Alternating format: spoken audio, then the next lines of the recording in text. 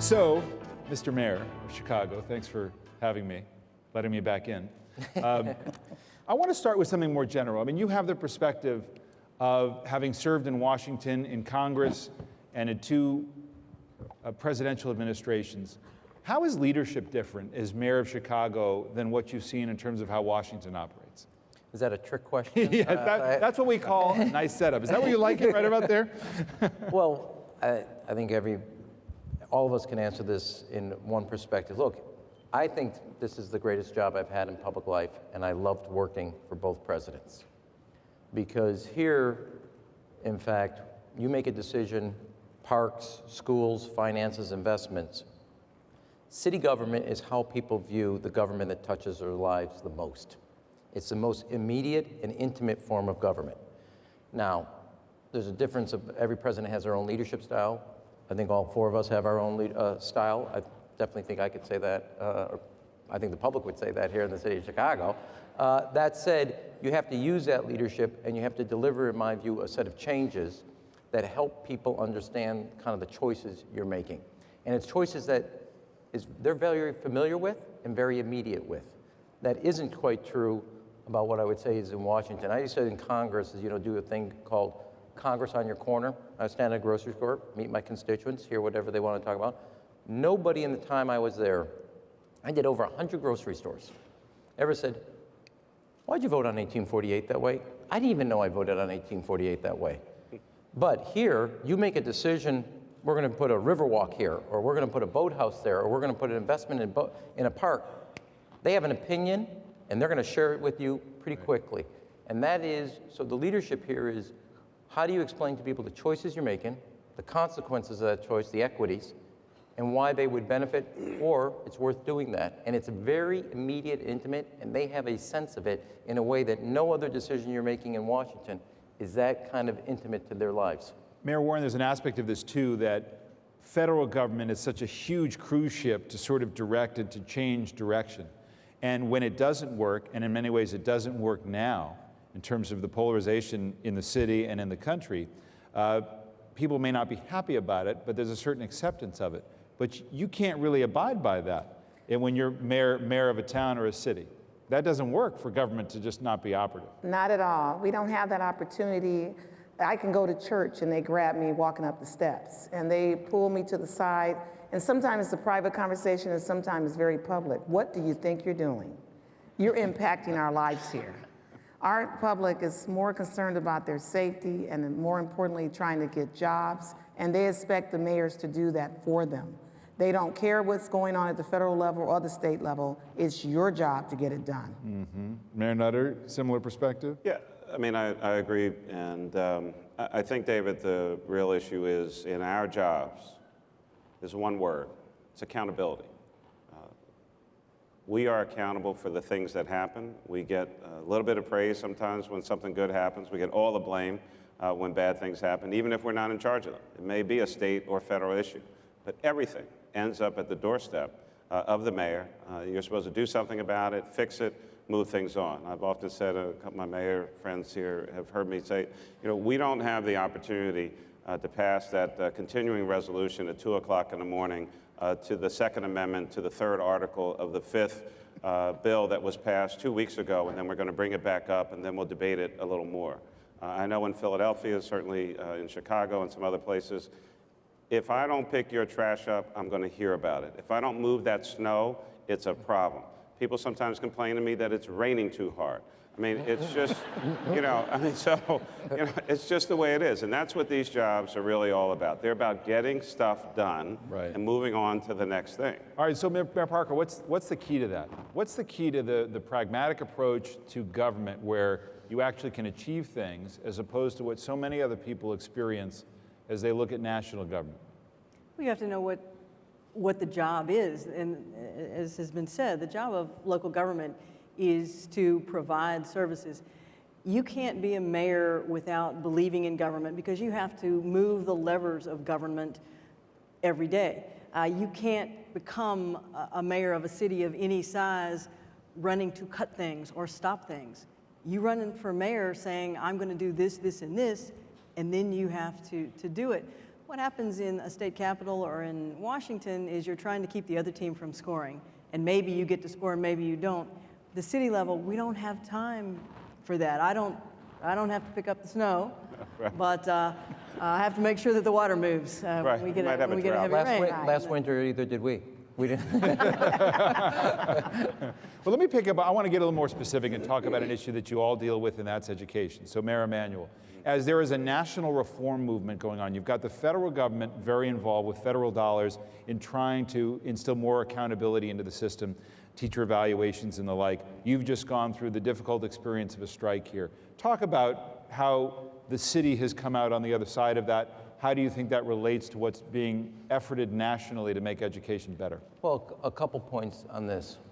One, I made a big issue of the fact that the children of the city of Chicago had the shortest school day and the shortest school year of any children in any major city in the country.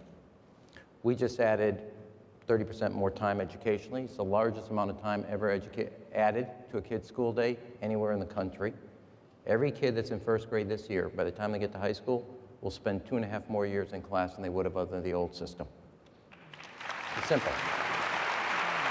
And there's no doubt, in my view, that no child loses spending more time in a class with a great teacher. There's no doubt. And also, what I would also argue, we spend a lot of time, and I wrote a piece for the Tribune after the whole process, kids got back in class. Teachers are absolutely right. Poverty, social and economic pressures are the root cause of educational, what I would say, the educational deficit children face. There's no doubt about it. But there are schools with that same demographic who are succeeding. We need to take what they're doing, adopt them quickly. It should not be a decade-long fight to get more time for kids. It should not be a decade-long fight to figure out how to turn around a school, given there's models here in Chicago with union teachers doing it unbelievably successful. We can't afford to lose a generation. Now, third, and I would argue strongly for this, a lot of focus is on teachers. You can have a great teacher in a building, 5 great teachers. You have an inadequate principal, and those teachers can't succeed. And too much focus is on the teacher and not a focus on 2 other aspects. One, getting accountability for principals, which is why I fought principals get to hire who they want. They get to design the time that we give them, and now we can hold them accountable for results. And principals need to be held as accountable as we are focusing on teachers. And then third, just getting your kid to school on time doesn't mean you get a pass on your child's education. And parents need to be part of this discussion as much as we are focusing on teachers. A teacher is as good as a parent is a partner with that teacher. And I would say that, so now, the president and Arnie, through Race to the Top, cannot demand parenting. They focused appropriately on accountability in the system, giving us the tools to evaluate. That's all good. We need strong teachers to back them up in the school. We need principals to lead their building. Give them the authority to design their team, design their time, and then hold them accountable and produce results. We did a simple thing here. We used to give principals a report card on their school's performance. We never gave it to parents. So I've now given all that information to parents. Walk in and ask why your reading scores aren't like the school next door. How do you have a parent be involved if you don't give them information? But parents need to be as involved in their kids' education and getting results and demanding and give them the information to do that. You do a principal that's accountable, an inspiring teacher, and an involved parent, I don't care where that kid comes from, they'll succeed. Mayor Warren, let me bring you into this. The mayor mentioned Race to the Top. I mean, the federal stimulus program that this president passed included revolutionary opportunities for the federal government to spend money on school districts to help them be more accountable, reform their districts. Is that the help that school districts have needed? It was definitely a plus, but as the mayor just talked about, we as community must become part of our schools. We need to have parents and everyone involved, including corporations in our communities, to be a part of the school system to assist this effort. We've got to stop doing the cookie cake. We all worry about education. Some of our children aren't necessarily set up for education. They're set up for education in terms of technical also. That's where we're losing the battle. Too many of our children are dropouts. In the city of Fontana, 2009, 2010, we had 666 dropouts. Now, that might be a small number for a larger city. That is amazing and a big impact to me. That is not acceptable. We've got to find something for all these children to learn that they can use when they graduate from elementary school, middle school, and high school. And we need more technical training. We need funding to technical training programs so that we lose no child at all. But Apprenticeships where they actually go from Right. the school to the job, and the businesses have to be a part of that. what about this issue of accountability? It seems to me that there has not been much agreement yet on how to hold teachers accountable. Mayor, you talked about principals, and students accountable. I mean, Mayor Nutter, it seems like we're still pretty much in a big national fight over just where to set accountability standards and how to judge people. Yeah, I mean, this may be one of those circumstances where there will not be one right answer. Schooling takes place locally. Education really takes place in a classroom, in a relationship between and among the student, the teacher, as Mayor Emanuel mentioned, certainly parents and the entire community have to be actively engaged and involved. Each state will want to set their own standards, and there's the influence certainly of other stakeholders and partners, whether it's a teachers union or other interests. You put all of that together, or you can put much of it to the side. What are we focused on here? We want a child in a safe building, an environment where they can learn and a teacher can teach. Kids are not focused on who's on the school board, appointed or elected, who's the school superintendent. What they care about most is, where's my first period or my homeroom? Who's going to teach me how to read or write? What time is lunch, and is it any good? When is recess, and when do I get out of here? That's what kids are really focused on, and we need parents to make sure not only that they get to school on time, but you could ask from time to time, don't fall for the oldest trick in the world, which is we didn't get any homework today. That's just not true. Whether you know the new math or not, I doubt that I could help my daughter with the new math today. I still know that 2 and 2 is 4, but I at least know enough to ask the question. I can get through at least 5 minutes of whatever it is, because kids also want to know that their parents care about them. But are we? Can I, having been in the room designing Race to the Top and getting it funded, I would pay anything, I suppose, and I probably am, but let me say this. If the federal government spent more resources, look, there's 10 different titles, Title I, Title II, I'll go through all of it. They would help on early childhood education, on that funding. Leave us take through first, give me that, we'll figure out, because the truth is, by the time you get to high school, Right. if you had not gotten It's over with. the early years, kindergarten or pre-K, you can create a tail in all of our systems just giving that. And I would say if the one thing you give a federal support, and I'm not just talking about Head Start, create a real educational standard. So Head Start and our own pre-Ks, put the money there. I believe that all of us then can do everything else you need through the rest of the system. We go to community college. That would be my one recommendation. Foundation. Having gone at the federal level, come here. We spend obviously at the federal level a ton of time correctly on colleges and affordability. Get into the business of the pre-K and kindergarten years, and you'll be amazed what every educational school system can do. Are teachers' unions becoming part of the solution in accountability in education? I'm the wrong person to ask right now. I would like to invite my guest you here. first. Thank you. I just looked right past me. No. But this is the question, because Mary, it gets to the idea of where are the good teachers? We know there's good teachers all over the country. They're in classrooms, they're out of classrooms. But this question of accountability and getting the very best and new generations of teachers, I mean, this is where a lot of the tension is. Well, one thing, I'd like to offer this. The other issue with our city has been having a great after-school program. And as a result of that, I've seen the teachers come to the table and say, this is a great program. Let us assist you in making sure the children get the homework correctly. Those are many steps, but larger steps overall of working cooperatively together. And we use a lot of the nonprofits to assist in that effort, and the teachers are part of that equation, so it does work. Right. They have to be, and they can be. Again, every city or state or the area, however many districts, Mayor Parker's got 11 school districts. I mean, I could not imagine that. But every environment is different. Every leader is different. What's going on in that locale? What are the politics of the situation? What goals are they trying to maintain or hold on to? But everyone has to be a part of the change agenda. And I think that, just trying to impose is that much more difficult. I think we've all learned a great deal from the way that Mayor Emanuel, he had a set of principles. This is what goals. I'm not talking about principles in the classroom. This is what I'm trying to accomplish. This is why. This is what this is about. And I think oftentimes, unfortunately, as adults, we sometimes forget what this system was created for. It is created to educate children.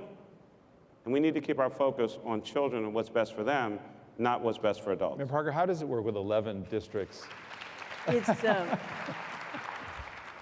I have a fundamentally different system than Mayor Emanuel or Mayor Nutter, and that is that we have independent school districts in Texas. They're independently elected boards.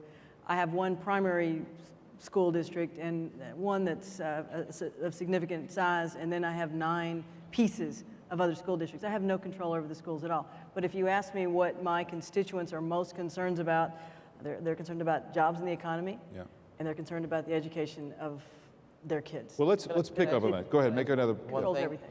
I'm sorry, go ahead, Mayor Parker. Did I cut you off? Yeah, go ahead. The only thing, I don't do that often, I so don't take advantage of it. No, but see, since I have no authority over my school districts, but lots of responsibility, and everybody wants to know what I'm doing about it, I'd love to hear somebody who's actually doing something. No, we were just talking backstage, all 4 of us, about our schools, what we have, and we all have different models, not the same. The one thing, if I had to go back and I would say on the race to the top, on this experience, while I talk about, I really do believe about early childhood and education and funding. I think while we talk about the teachers that are in the schools today, I think we're missing a discussion about the standards we set at the educational places where teachers are getting trained.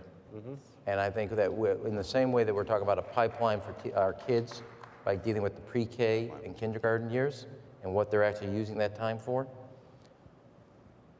I mean, every year we, because of retirements, et cetera, we hire about 1,500 teachers. And all of us, and the question is, what does the pipeline look like? What is the standards and where we're going from here? And I don't think actually when I look back at it, we need all the evaluations. We need kids' improvements to be part of the evaluations, all true. Where is the education of our teachers in the pipeline system? And is that of the snuff that we actually want? Right. That I think, I just say, when I go through this, that would be the one thing I would say I'd be interested in. Not only do we have a core curriculum for what gets taught in the class, I'd be interested in a national standard for what is needed to be a teacher. Right. And that I think would actually help us do the type of things and reforms we need. We're describing a system that is broken in every aspect. Yeah. Right. Tell me one thing about our school system that works well. Mm-hmm. I mean, even the buildings are crumbling around the kids in most of our inner city schools. Average age in ours is 65 plus. We have growing police forces in our schools. Mm-hmm. They metal detectors to go into the school. They're not safe. The buildings are not adequate. There are great teachers. There are terrible teachers. We don't have an effective means of weeding them out. Kids come not prepared to learn. I absolutely agree that if we put money in those early years, it would be transformative, and then let us handle the rest. I would only add that, as Mayor Emanuel talked about standards for the teachers, we need to figure out a way to raise the profile and the respect for the profession of teaching. This is a tough job. I mean, a good example today, I'm a Facebook fanatic. I'll admit it right here in the public. Yeah. And I was in the Nike store. I got to do that. It's just fun. Yeah. But here I am in the Nike store standing in front of those tennis shoes Jordan just put together for the basketball player that went to Clippers. And here I am taking pictures of that. Why didn't I go to a Chicago school and visit and say, look at what these people are doing here in this state, in this city, this great city here. We've got to raise that profile. Teachers, principals, any educator, they are responsible for the future of the United States citizen. And yet, we don't give them the same kudos and love that we give sports figures or mayors or anybody else up there. Yeah, right. I don't know about your city, but I don't. I want to talk about something else. I mean, we're talking about democracy, and one of the pillars of that at the local level is that you have representative government, but you also have a safety net. Part of that safety net is to look after city workers. So when they retire, they've got some sort of safety net. Problem is, that's gotten completely out of whack. And in this economy, so many cities across the country are going broke. I mean, California, bankruptcy, cities going bankrupt. And in other cities where there's just a fundamental budget imbalance. So Mayor Nutter, start us off. Yeah. This is a tough employment environment. Right. At the state and city level, a lot of budgets are simply busted. What's your biggest challenge, and how are you going about fixing it? Pension and healthcare costs. Soon in Philadelphia, 25% of our entire budget will be consumed by pension and healthcare costs. We have a classic defined benefit pension. I now have more retirees than I have current people currently in the workforce. And how did that happen One is exactly? slightly less than 50% funded. How did that happen? How did the imbalance come about? It happened because, without pointing any fingers at anyone, for the last 30 plus years, the city has not been putting in the amount of money necessary to keep it at least a 75% plus funded level. Secondly, it got whacked like everything else by the markets, especially with the Great Recession, 08, 09, and even a little bit of 10. And benefits have continued to go up because the can has been kicked down the road. Folks, a lot of times in government, the deal is, I'll trade off salary for benefits and the security of being in government. Virtually no one else has a defined benefit plan other than mostly government. They are unsustainable. We're trying to move through negotiation because I don't have the authority to change the pension system without either arbitration or negotiation, to at least go to a hybrid plan and put all new employees, folks who are not currently in the union, all new employees, we want to put them in the hybrid plan and get our unfunded liability down or our funded level up. And what happens, Mayor Emanuel, if this doesn't get solved, not just in Philadelphia, but in Chicago? Well, on Wednesday, I'm going to give my budget address and lay out our budget. And we'll be able to have a balanced budget, no tax or no new fees, hold the line on that, make critical investments. Wait, before you applaud. I thought the applause would be I thought it would be louder. It was for your last educational comment. It was a delayed reaction. That's what it is. But here's where I'm going to basically go. The question, because this is my second budget in basically my 18 months. This can either represent a fundamental break in a new direction, these two budgets together, or this is the last time we're ever going to see this again. Mayor Nutter mentioned the pension starting next year or a couple of years from now will represent 22% of all city budget, $1 out of every $5. It's going to be $1.2 billion. That's what we pay for the police. So we're either going to pay pensions or public safety. It is equal to all snow removal, that's a big issue still here, tree trimming, recycling, garbage collection, paving, pothole fixing, street light fixing, all combined. And remember, those payments are growing. So we're asking people pension payments, road pavement, pension payment, public safety. And that is not a sustainable choice for the public.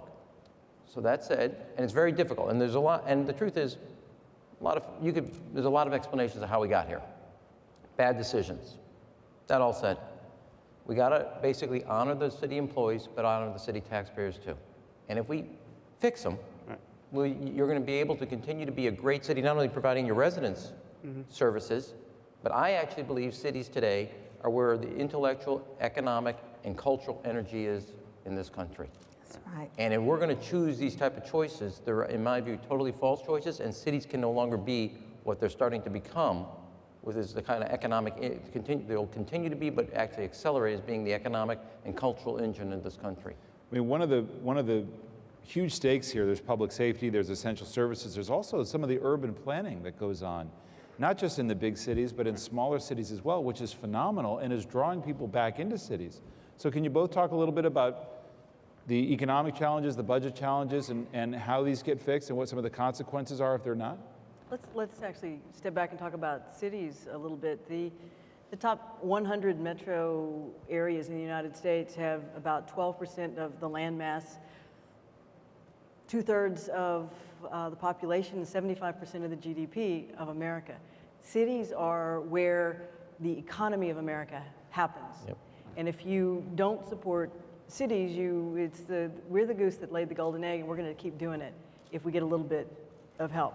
What are the challenges? Education, public safety. The single biggest piece of my budget, and I'm assuming others other than education, is public safety. Those first responders out there. And the biggest challenges, other than the overall U.S. economic situation, are pension and health benefits. We have to consider the entire package.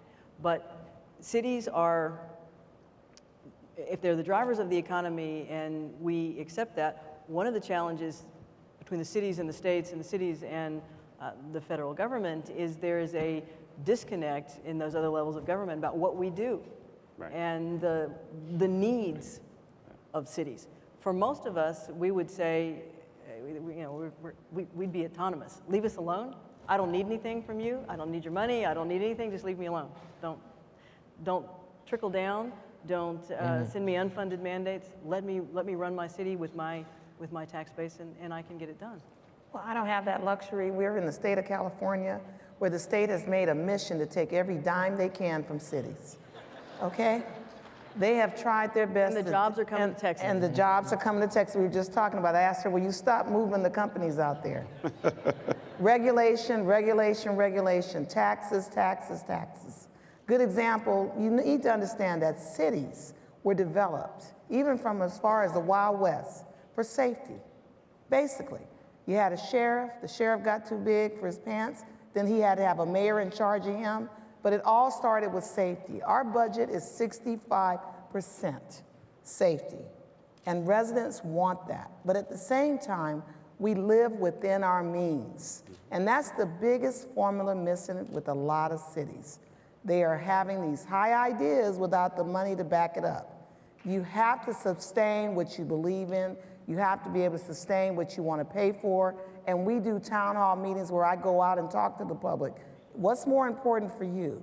But we work and create an environment where we can work with our unions. And as the days come along and the years, we'll try our best to keep that under wrap as much as we can. But the bottom line is we have to be one and work all together, even with the unions. You face, Mayor Emanuel, the idea of this question of what is the role of government? And the choices become really stark, don't they, at the local level? What government should and should not be doing based on what it can afford. Look, I mean, the way I see it,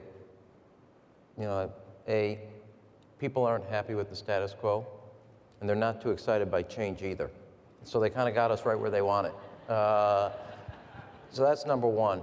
Number two, all of us are managing. Mike and I used to joke about this. Wouldn't have been great to have been a mayor in the 90s. There's a lot of money, Yes. you couldn't get it. Yes. We are all managing people's expectations with what we can really afford. And they don't really want to pay more, and yet they want more services. And that's one. Two, if you go back kind of 30 years before, cities didn't really pay well, so the benefits were where they made up the difference. Right. Today, that can't be possible, and it's harder. So you are actually, let's be honest, people contractually agree to something. Now we're trying to change the terms because we're in unsustainable choices. Right. That's really, Right. that's it. That's the issue. Well, and Now you got to figure out how to adjust people's perceptions of what they're owed to what you can afford while continuing to give something. That is a lot to ask people at that time. On the other hand, the other set of choices between we're not going to do any tree removals, any garbage collection, any recycling, so we can pay the past. That also is unsustainable.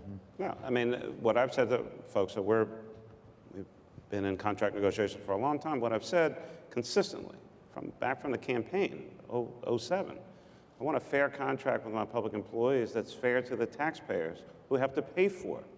I mean, I don't have an unlimited, I don't have some platinum credit card or something. I don't have a printing press in the basement. We're not We have like to balance our budgets. federal like government. The federal government. Right. I have a balanced budget every year, right? And I can't spend what I don't have. So here are the books. No one's disputing how much money we have. So no one ever wants to give anything back or make an adjustment. Let me keep what I have.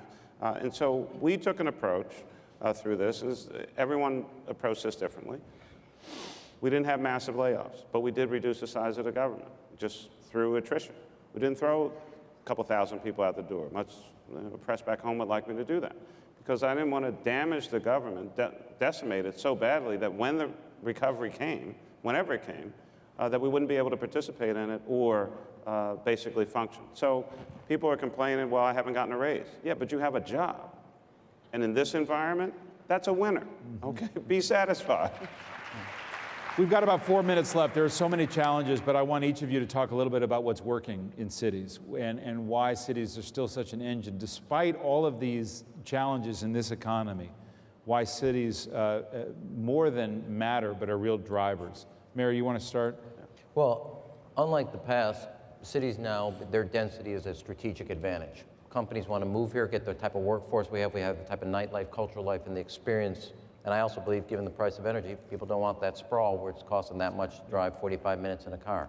That is a huge advantage, and if you invest, I think, in two things. One, education, and then two, your physical infrastructure, and I mean in writ large, you can continue to press your strategic advantage.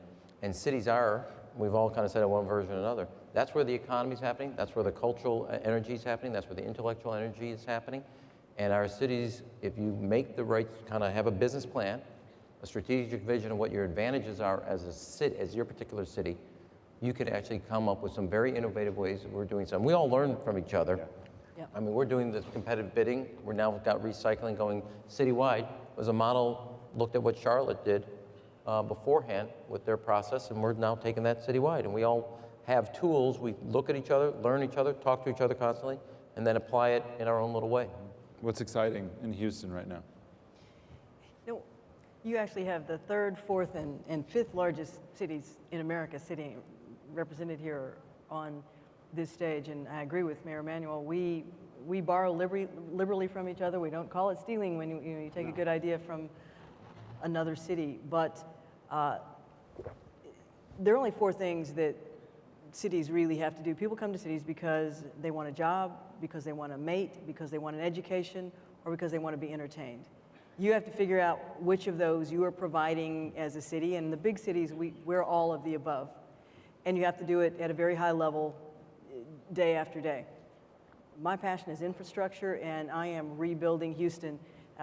It's a good news, bad news situation. If the economy's down, it's cheaper to do road work. My dollar goes 20% farther than it used to.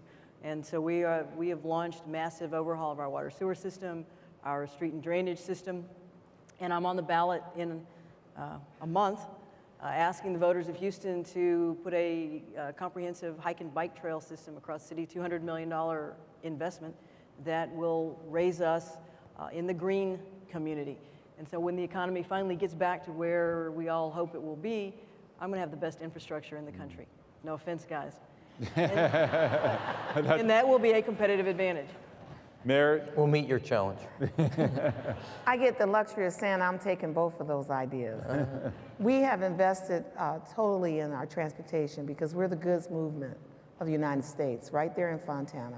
So we're doing interchanges. We have 3 being built right now. We create our own stimulus where people have jobs, up to 1,300 jobs to get those interchanges done. But we branded our city as a healthy community. We have a program called Healthy Fontana, which includes all of our trails. We work with all of our developers when they're building the homes to make sure they're in behind a trail or even in front of a trail, because we want the community to be healthy and develop those great lifestyles. We've found as a result of that, it's brought the community together.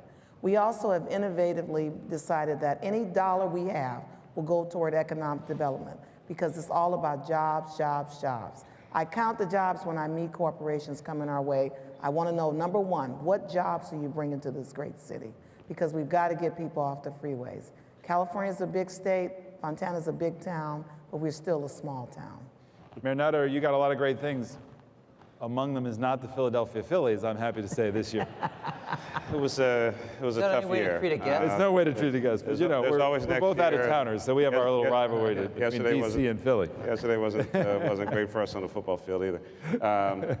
I think the strategic advantage for Philadelphia is one, education and medicine. We're drivers of research all across the country.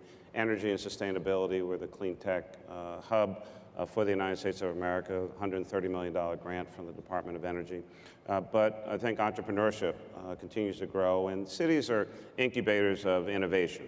One, because that's where the talent is. We have 101 colleges and universities in the tri-state area, and I think Mayor Parker, I know she's absolutely right. We're all on each other's websites. We're talking to each other all the time. I was inspired on a visit to Chicago. I was still a member of City Council and then came back after I won the Democratic primary about sustainability and recycling and the environment and green jobs right here in Chicago. It's one of my favorite cities, of course, outside of Philadelphia. And so we're all learning constantly from each other, using those ideas and honing them to make our cities the best places possible. But cities are where the action is all across the United States of America. We need a new partnership with the federal government and especially Congress to kind of figure out how to make this country move in the right direction. We're going to leave it there. Mayors, thank you, and continued success and good luck. Thank you.